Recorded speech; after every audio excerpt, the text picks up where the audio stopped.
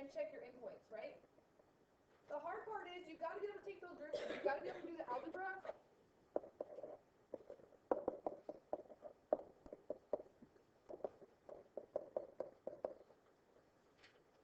So I wrote this as x times 2 minus x to the 1/2. Make sure you remember the algebra here. You cannot distribute that x in there because it's to the 1/2 power, which means you have to do the product rule. And when you take the derivative of this, it's a chain rule problem. So all those rules of derivatives still apply. So that would be 1 times 2 minus x to the 1/2 plus x times the derivative of this one would be 1/2 times 2 minus x to the negative 1/2 times the derivative of the inside, which is -1. If you don't get your derivative right, everything else is going to go downhill from there. So it's why we've spent pretty much since limits talking about how to take derivatives, because now we have to know how to take derivatives to do this stuff. The hard part, the same thing we've been doing all chapter, is you've got to be able to simplify this. And you have some options here. You can get common denominators, but you can also do what I told you about this factoring. If you ever see something to the 1/2 power and something to the negative 1/2 power, or a positive and a negative power, you can always factor that out. So I can factor out a 2 minus x to the, oh, I think I want to factor out the negative, I think. Because remember, when you do this, you subtract this exponent from this exponent. So 1/2 minus negative 1/2 is always 1. So you just get 2 minus x to the first power. If I take this out to the negative 1/2, it's all gone. And I'm left with minus x over 2. Is that right? 2 times negative 1/2 times negative 1 times x.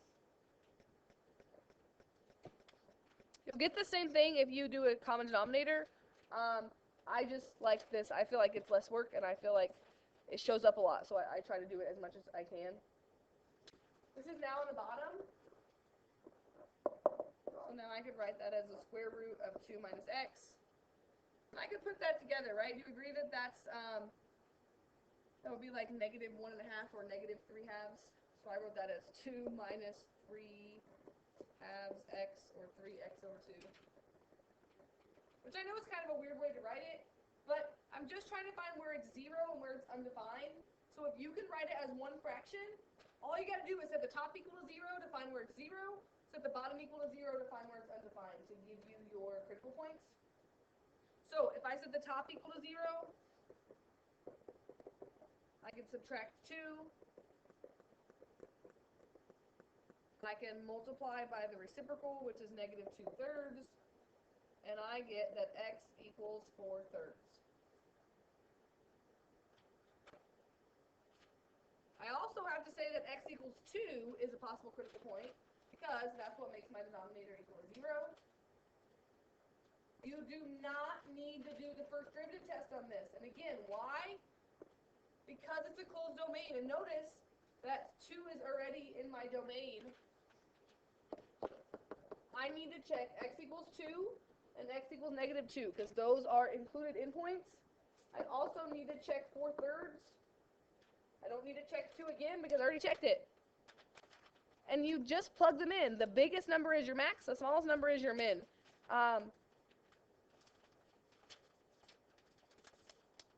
And you plug it into the original, right? You're trying to just see the biggest and the smallest. When I plugged -2 in, I got -4. When I plugged 2 in, I got 0. When I plugged 4/3 in, I used my calculator, but I got 1.09.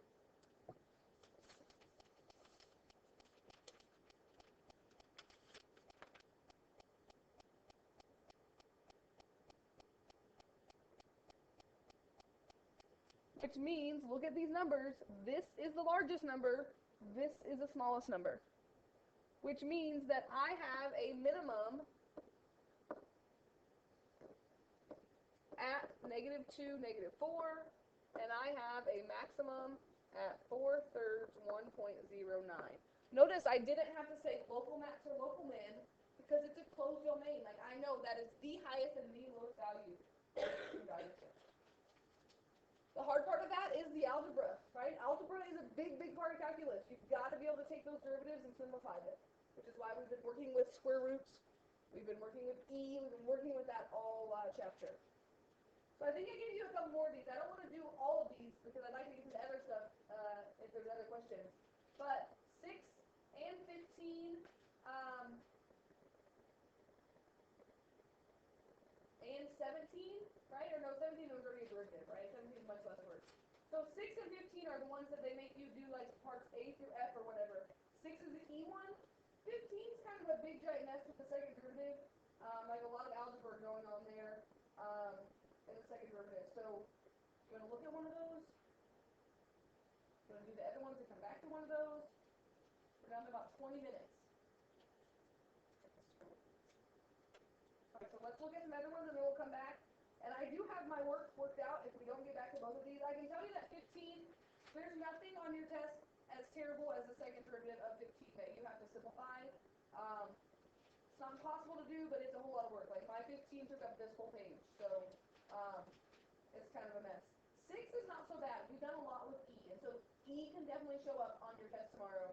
And again, I have my stuff worked out if you want to look at it later. So, Kimberly, what other questions do you have? 32. Let's look at 32.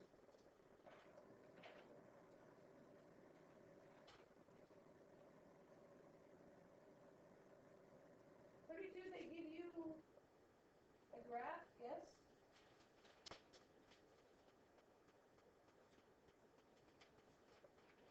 Yeah, figure for exercise 32, it says, if they give you a function, and for which 5 points are y and y double prime both negative. So think about what that's saying.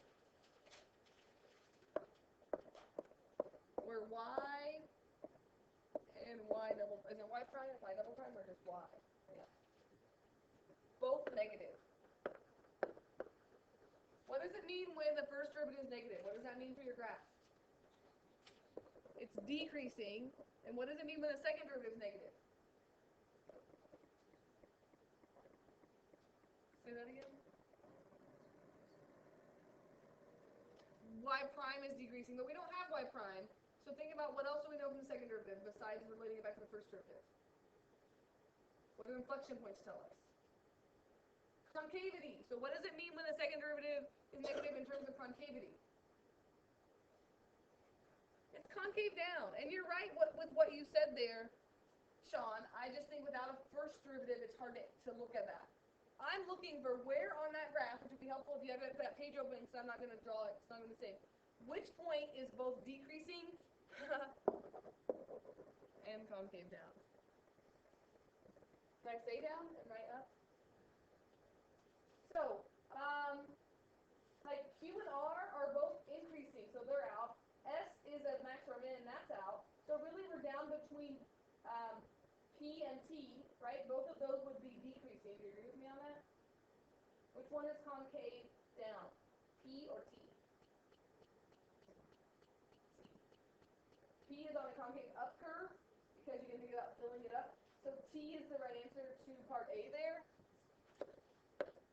And again, there's no work to show with that. Like, you just have to know what it's asking. And B says, where is y prime negative and y double prime positive? Again, that means decreasing. Y double prime positive, you have to know that that means concave up. So you're looking for which point is decreasing and concave up. I think we're already down to those 2 points, right? The only ones that are decreasing are P and T. We already said T was concave down, so do you agree that P is on the concave up curve? So the answer there is P. Notice they didn't say where is it decreasing in concave down or concave up. You have to know that relationship, which is why we wrote that out on 4-3 day 3. Other questions? 37, did you get 37? 37.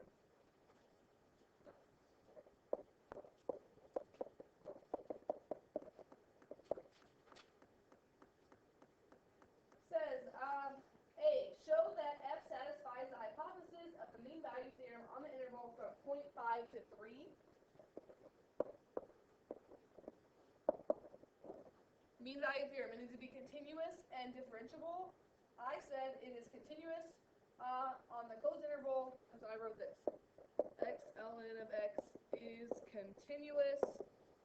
on the interval from 0.5 to 3 and is differentiable on the open interval 0.5 to 3.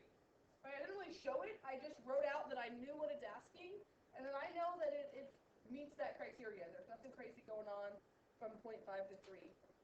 Take the derivative first if you want to check that. Part B says find the values of C for which this is true. That is the mean value theorem, where the derivative at a point equals the slope of the secant line. So that little ratio there, that equation, you got to know that that is the mean value theorem.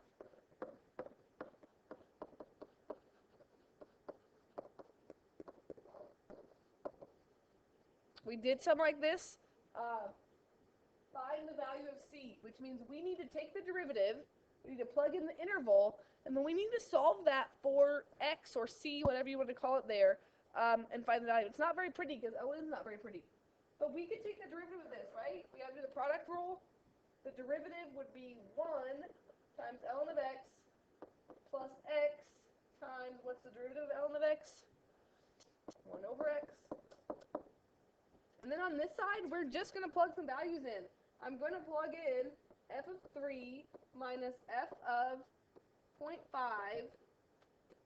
over 3 minus 0.5.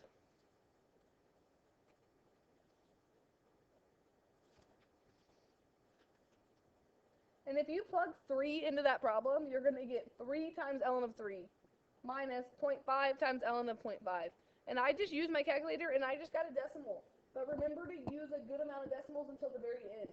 AP, you round to 3 decimals at the end, but don't round to 3 decimals until you get to the very end of the problem. So when I did this on my calculator, I got that to be 0.45, nope, just kidding.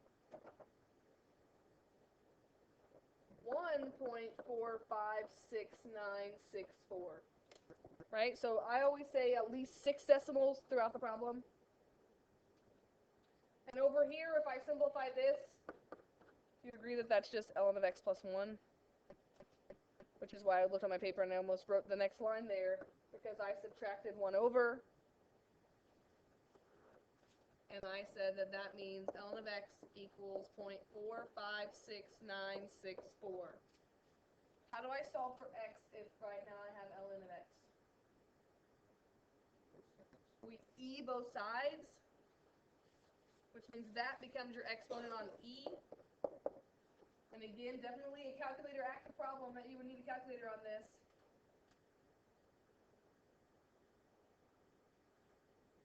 I got 1.579.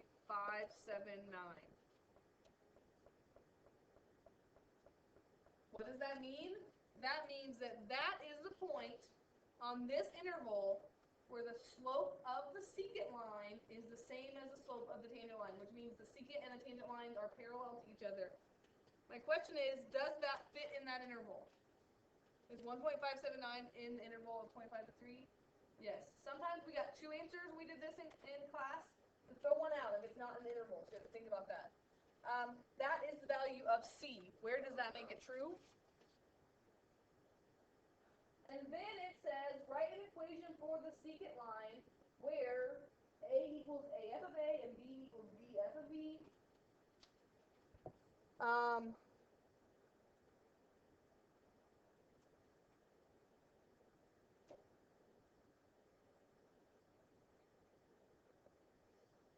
We have to go back and look at the slope of the secant line, right? So we have to kind of go back here. We're not going to use this. Do you agree that this is my slope equation? So this, instead of refiguring slope, do you agree we've already figured it once in this problem? So like I didn't show any work on part C for this. I just wrote my slope equals 1.457. And I just want you to know that that comes from that right there. If I hadn't done part B already, I'd have to just figure the slope. Slope of the secant line is the line that goes through the 2 endpoints. And then can we just use one of the endpoints to write an equation? Yes. Because I did this right here, I did on my calculator, and I got this answer. Right, this is the X value for where the tangent line is equal to the secant line. This has nothing to do with the secant line itself. Like I kind of wish they would have made you do part C before part B, because you could have found your secant line equation and then found the point where your tangent line is the same. Like I feel like it's ordered wrong. But this has nothing to do with the secant line. Secant line is just write a line that goes through 0.5 f of 0.5 and 3 f of 3. No calculus involved here, really. Just kind of an ugly problem. Write a point that goes through this. So step 1 is I need my slope. I already figured my slope, so I'm not going to figure that again. Step 2, plug one of these points in with that. And I plugged in the 3 f of 3. I don't know why. You get the same answer either way. But I wrote that y equals, no, sorry. Point slope form, right? Y minus, if I plug 3 into that problem, I got 3 ln of 3 equals my slope, which is 1.457 times x minus my x. And I didn't go any further. You could. The back of the book does. Like, it gives you a decimal answer. But it doesn't say we have to. Like, that is an equation. It's kind of ugly. If you work that out, you multiply it out, you do get what's in the back of the book.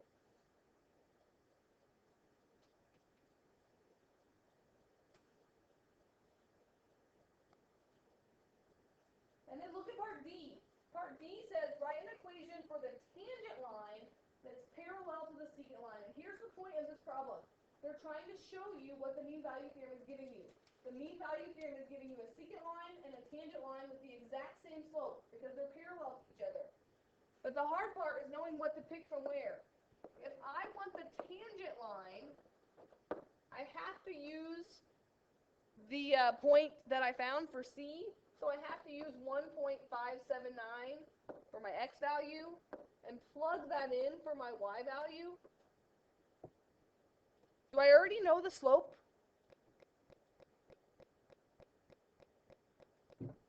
What does the mean value theorem say? We're going to find a point where the slope of the secant line is equal to the slope of the tangent line, right? Like, that's what this says. That's what this means right here. The slope of the tangent line is equal to the slope of the secant line. If this is my slope of the secant line, do I know the slope of my tangent line? It's exactly the same thing, right? It's why you got to understand what that's saying. Which means, here's my point. My slope is still 1.457. And if you look at the back of the book on this, you think they just use this as my y-intercept. It works out that when you work it all out, that you get that your y-intercept is the same as the x value there. It doesn't always work like that. You've got to be able to write equations for tangent lines. This is kind of a weird problem. It's kind of putting it all together. But writing a tangent line, writing a secant line, finding the slope, finding the points. Mean value theorem is definitely going to be on the test. Is it going to be as ugly as this on all in one problem? Probably not. But are you going to have to find the slope of a tangent line, possibly the slope of a secant line? You have to recognize the mean value theorem, know the hypothesis? Yes. Is it all going to be set up like this in parts A, B, C, and D in one problem? No. But you have to know all that stuff. You've got to know, where did I get that value? How do I write my tangent line? How do I write my secant line? What else we got?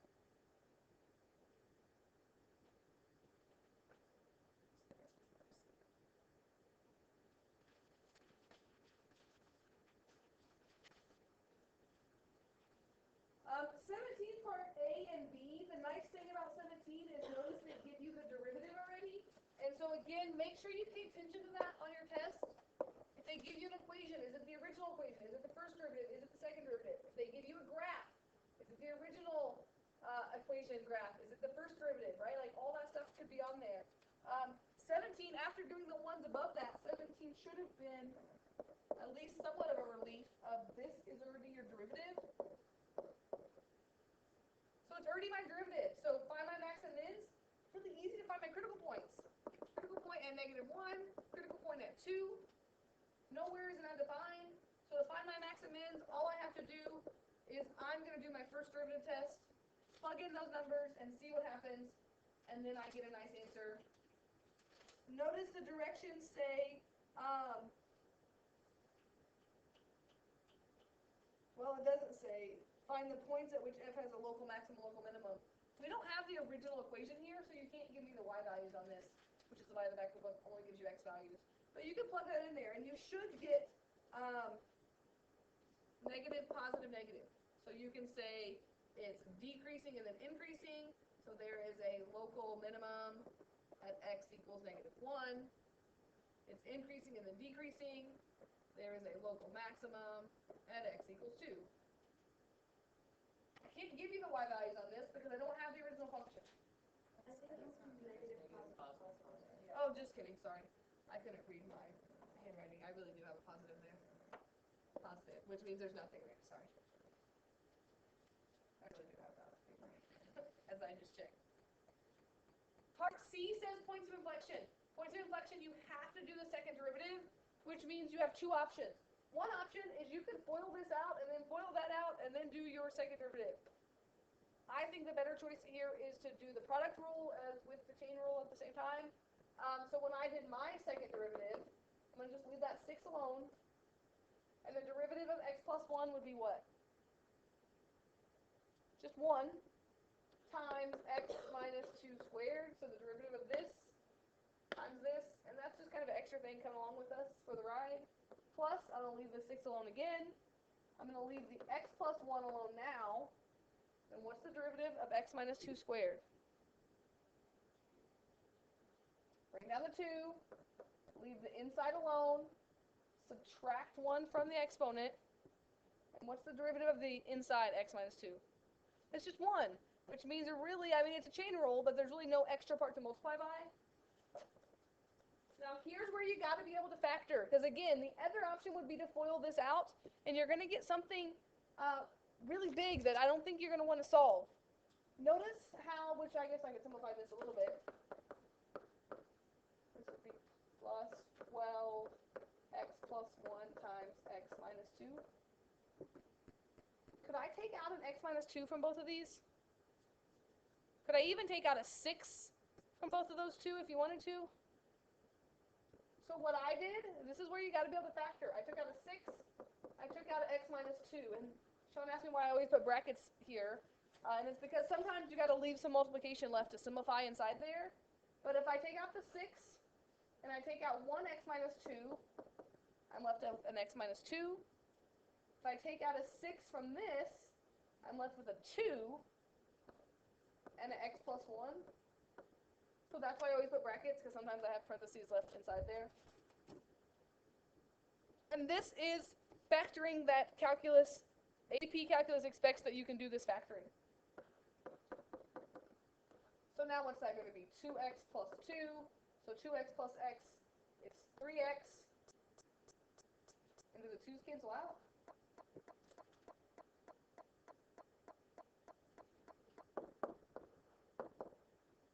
That is an easier second derivative than FOILing all out, I think.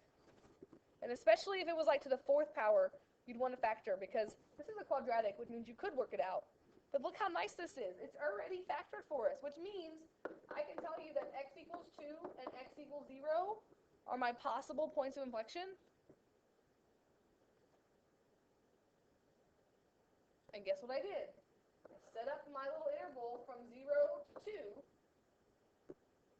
And instead of plugging into the first derivative, I plugged these values into the second derivative. So like I plugged in -1 into the second derivative, I plugged in 1, and I plugged in 3, because where my second derivative is positive, it's concave up. Where it's negative, it's concave down. And I think I just looked at sides here. This gave me a negative times a negative, which is going to be a positive.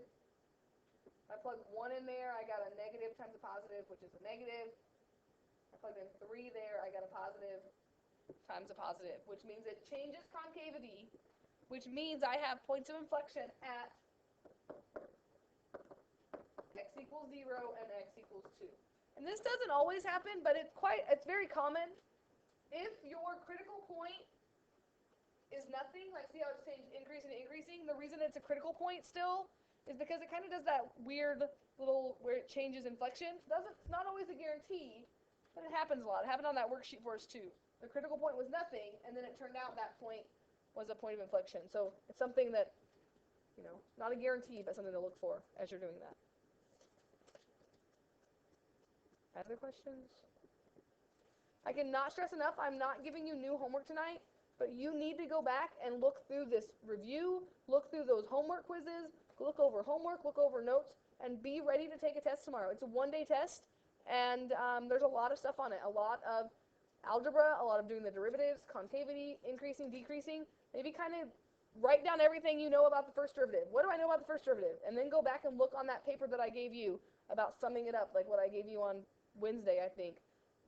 That we went over. Like, what should I know from the first derivative? What should I know from the second derivative? How do I know when it's increasing and decreasing? How do I know when it's concave up and concave down? Do I know what the extreme value theorem says? Do I know what the mean value theorem says? A lot of stuff on this test that you need to make sure that you look through. Okay, if you have other individual questions, I would be happy to answer them throughout the day today. I have prep 7 period if you need to stay after. I'll be here in the morning. I'm usually here by like 7:40, so feel free to come in if you have extra questions. Also, feel free to come in. Like, I would try to make it a goal to be in here ready to start about 8:15, just so that you don't feel stressed with time. It's fine if you don't come in early, but you're welcome to start around 8:15 if you can get here and get your homework turned in. All of your homework, including this review, will be turned in tomorrow as well. And I have my review all worked out, so even if you have a study hall later and you want to just come in here and work and look at my work compared to what you have, I'm okay with it. If you want to come in and copy down what I have on a couple of them so you have it to look at, I'm fine with that. I'll give you the few homework points if it helps you study for the test tonight. All right, so we'll be taking that test tomorrow, and then on Wednesday, we'll be starting the second half. Like, we're not going to take one whole day to do test corrections because we just don't have time to do that. Like, I'll probably just leave you that as homework to do on one day, and then we'll be doing notes because we have to get through. We have 3 more sections to do, which isn't terrible, but I'm recording right now.